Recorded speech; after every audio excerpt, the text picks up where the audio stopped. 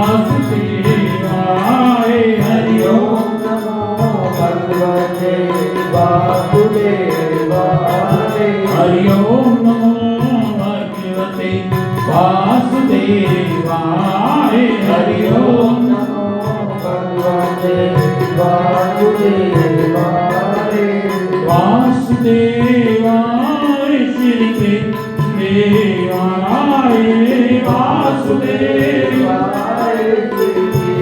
देवाय वासुदेवाय श्री देवाय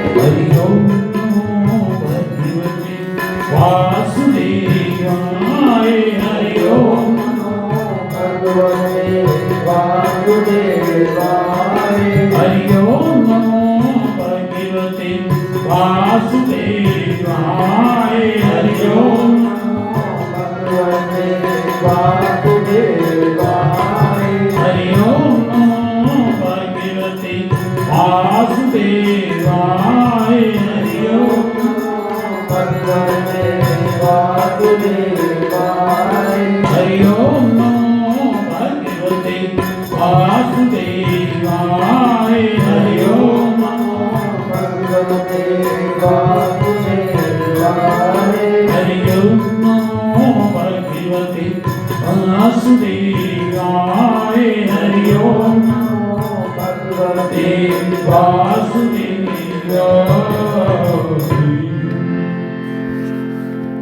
बोलो श्यामपति रामचंद्र महाराज की जय।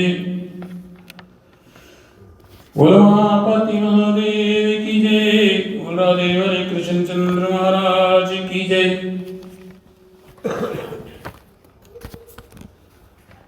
बोल पवन सुत हनुमान की जय। बोल श्री मां गंगे मैया की जय। बोल श्री सतीबाई सईदास महाराज की जय। बोल श्री सतगुरुदेव भगवान की जय। बोल श्री कार्तिक महात्मा की जय। बोल साचे दरबार की जय।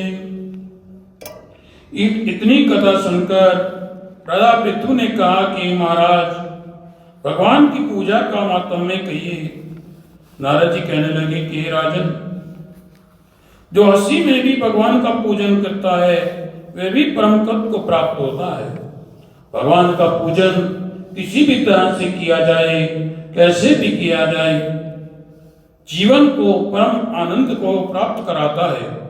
यदि कोई श्रद्धा से करे तो उसका कहना ही क्या है, क्योंकि भगवान का पूजन कोई श्रद्धा से करे तो उसके जीवन का उद्धार होता है। इसके विषय में एक पुराना इतिहास सुनाता हूँ कि कलिंग पर्वत पर बसे तिरकपुर नामक नगर में बड़े धर्मात्मा गौ और ब्राह्मण का भक्त प्रजा को पुत्र के समान पालने वाला सुबाहु नाम का राजा राज्य करता था। उसके धूम्रकेश नाम वाला की दृष्टि घोर चोर जुआरी मद पीने वाला और परस्त्रीकामी पुत्र था। वह अपने छल कपट से ब्राह्मणों की स्त्रियों से भी व्यापाचार करने में नहीं चूकता था। राजा ने उसका ये हाल देखकर उसको बहुत ताड़ना दी और वह किसी तरह नहीं माना। एक समय गेंद खेलते राजकुमार की गेंद राजमहल में राजा की छोटी रानी के पास गिरी। रानी राजपुत्र को देखकर काम के वशीभूत होकर बार बार राजकुमार को बुलाने लगी। उस द्रुत राजकुमार ने अपनी भी माता मौसी के साथ जाकर उसके साथ भोग किया। तब राजा को इस बात का पता लगा तो उसने राजकुमार को देश निकाला दिया। पुत्र भाव से मारा नहीं, धूम्रकेश शहर से बाहर जाकर वन में रहने लगा और मांस खाता, मदिरा पीता, चोरी करने के क्रम में नित्य ही लगा रहता। रात को आकर वेश्या के घर में रहता और चोरी आदि से जो द्रव्य लाता वह उस वेश्या को देता। ऐसे ही फिरते फिरते एक समय वह वृंदावन धाम में आ गया। एक समय सिंधु देश का रहने वाला सत्यव्रत नाम वाला ब्राह्मण विष्णु का भगत अपना घर बार छोड़कर कार्तिक के महीने में भगवान का पूजन करता था। वही समय था जब वह ब्राह्मण पूजन करता था और भगवान का व्रत करता था। तीसरे दिन कंद मूल फल खाकर भोजन कर लेता और भगवान के प्रेम से मगन होकर स्तुति करता था, हे भगवान, इस दुख रूपी समुद्र में डूबते हुए मुझ दिन की रक्षा करो। जैसे आपने कुबेर के पुत्र नल कुबेर और मणिग्रीव को वृक्ष योनि से छुड़ाया, वैसे ही हमको इस भव सागर से पार करो। तुम्हें नमस्कार है। गोपाल स्वरूप यशोदा के उकल से बने हुए, माता से डरे हुए राधा सहित आपको नमस्कार है। इस प्रकार वह ब्राह्मण भगवान की स्तुति करता हुआ प्रेम में लीन होकर रोने लग जाता और इस प्रकार बहुत प्रेम से, बहुत भाव से वह ब्राह्मण जो है भगवान की स्तुति करता। देव योग से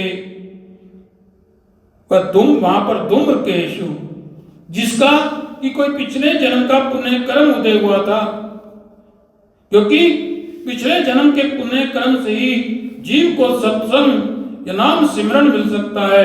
इस जन्म में तो धूम्रकेशु का कोई भी पुण्य कर्म नहीं था। इस जन्म में तो धूम्रकेश ने तो सारे पाप ही किए थे, परंतु पिछले जन्मों का उसका पुण्य कर्म उदय हुआ कि जिससे वे संयोगवश उस ब्राह्मण की सब कोतक देखता रहा। सब कोतक वो देखता रहा कि जिस प्रकार उस ब्राह्मण ने भगवान की पूजा की, जिस प्रकार प्रार्थना की, जिस प्रकार भगवान को भोग लगाया और भगवान की प्रीति में वह रोने लगा, ये सब कोतक वे धूम्रकेशु संयोगवश देखता रहा। जब रात्रि को घर आया और दिन को जो कुछ ब्राह्मण कर्म देखा था, हंसी से वैश्य को सुनाने लगा। जिस प्रकार भी उसने दिन में ब्राह्मण को कर्म करते हुए देखा, उसी प्रकार वह करने लगा, अर्थात मिट्टी की मूर्ति बनाकर उसी तरह पूजन करने लगा और हंसी से ही उसी तरह स्तुति करने लगा। भगवान की स्तुति करने लगा और स्तुति करते करते उसी प्रकार जिस प्रकार भावावेश में वो ब्राह्मण प्रभु प्रेम में रोया था, ये भी इसके जीवन के अंदर भी भावावेश आया और वह भी प्रभु की मूर्ति के सामने बैठकर अपने अश्रु बहाने लगा और अपनी कर्मों का पश्चाताप करने लगा। चाहे वो हंसी में कर रहा था कि जिस प्रकार ब्राह्मण कर रहा था, वह वैश्य को बता रहा था कि आज मैं उस ब्राह्मण के यहाँ गया, वो ब्राह्मण भगवान की इस तरह पूजा करता था, इस तरह भगवान से प्रार्थना करता था, इस तरह वो भगवान के लिए रोता था। ये सब उसने करके दिखाया और सारी रात्रि वो यही कर्म करता रहा। अर्धरात्रि के बाद वह वैश्या के घर में सो गया। देव योग से उसी समय राजा के दूत वहां पर आ गए और उसके हाथ से धूम्रकेशु मारा गया। यमराज के दूत उनको महापापी समझकर ताड़ना करते हुए और उसकी पिटाई करते हुए यमराज के पास लाए। यमराज उसको देखते ही आसन से खड़े हो गए और उसने अर्घ्य आदि दिया। फिर उसने दूतों को धमकाते हुए बोले कि तुमको धिक्कार है, हमने तुमको कई बार मना किया है, विष्णु के भक्त को किसी प्रकार का कष्ट मत दो, उनको दंड देने का तुमको अधिकार नहीं है। तो यमराज के दूतों ने यमराज से कहा कि महाराज, इसने तो आज तक कभी कोई पुण्य कर्म नहीं किया है, ऐसे ऐसे दृढ़ पाप किए हैं जिन पापों का कोई पश्चाताप भी नहीं है और इसे अपने पापों का भोग करना पड़ेगा और आप इसे विष्णु भक्त कह रहे हैं। हमें तो आज तक समझ नहीं आया इसने कोई विष्णु की भक्ति भी की हो, विष्णु का कोई व्रत भी किया हो। तो यमराज कहने लगा कि हे यमदूतों, चाहे इसने अपने आखिरी समय में हंसी में ही भगवान विष्णु का पूजन किया है, भगवान विष्णु की वृंदावन की यात्रा की है, वृंदावन में जाकर बैठा है, वो अंतिम समय था, इसलिए इसके सब पाप खत्म हो गए, अब ये देवलोक का अधिकारी हुआ है। फिर धूम्रकेशु से कहने लगे कि तुमने श्री वृंदावन में धाम में जाकर कार्तिक का व्रत चाहे हास्य में ही किया, परंतु अब तुम वैकुंठ में जाने लायक हो। तब धूम्रकेश कहने लगा कि ये हम बड़े आश्चर्य की बात है, मैंने सारी आयु बड़े बड़े पाप किए, तो मुझको वैकुंठ किस करने के प्रभाव से प्राप्त हुआ है। इस पर यमराज कहने लगे कि धूम्रकेश, मैं भगवान को नमस्कार करके वेद की आज्ञा अनुसार कहता हूं, उसकी सुनो। भगवान की भक्ति 9 प्रकार की है। उनकी कथा सुनने से राजा परीक्षित, और कीर्तन से सुखदेव जी, और स्मरण भक्ति से प्रहलाद, पाद सेवा से लक्ष्मी जी, और पूजन से पितु, और वंदना से अक्रूर, और दास्य भक्ति से सुग्रीव,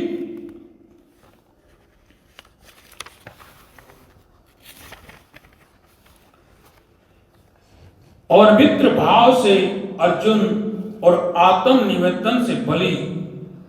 जिस प्रकार परम पद को प्राप्त हुए हैं, उसी प्रकार तूने चाहे हास्य भाव से ही भगवान की पूजा की, भगवान का दर्शन किया।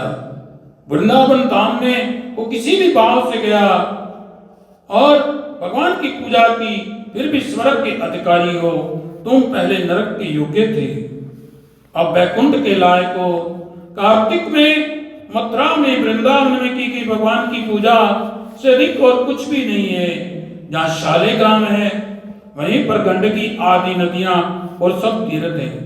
तब धूम्रकेशु कहने लगा कि यमराज जी, सब नदियों को छोड़कर भगवान गंडकी नदी को कैसे प्राप्त हुए, सो मेरा संदेह दूर कीजिए। यमराज जी कहने लगे कि किसी कल्प में वेदशिरा ऋषि सब लोगों के हित के लिए गंगा जी के तट पर तपस्या कर रहे थे।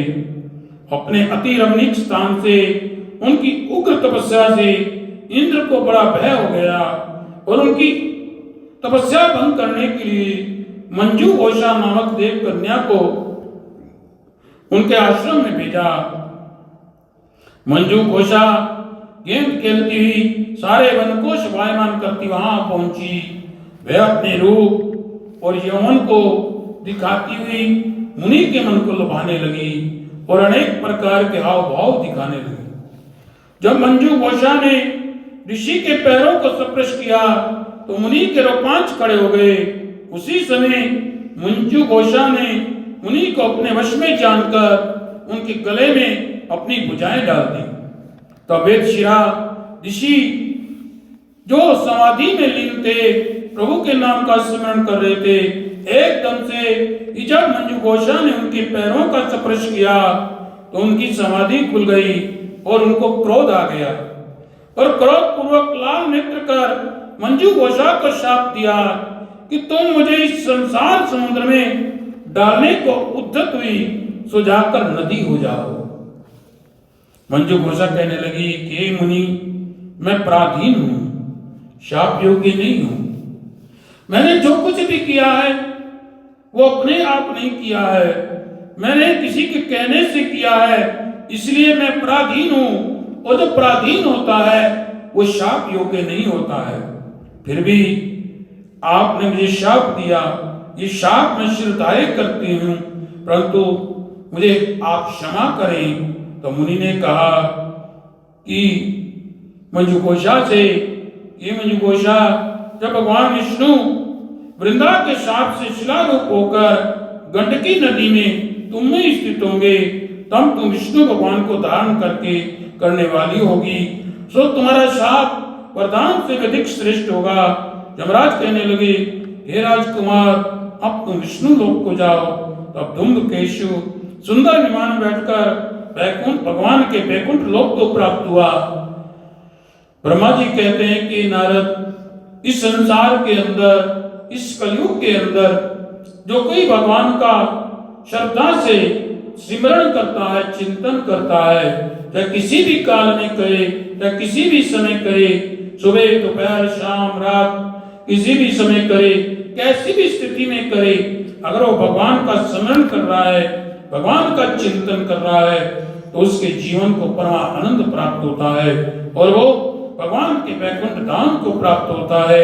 बोलिए कार्तिक मातमे की जय, बोल सियापति रामचंद्र महाराज की जय, बोल उमापति महादेव की जय, बोल राधे हरे कृष्ण चंद्र महाराज की जय, बोल पवन सुत हनुमान की जय, बोल श्री सतीबाई सईदास महाराज की जय, बोल साचे दरबार की जय।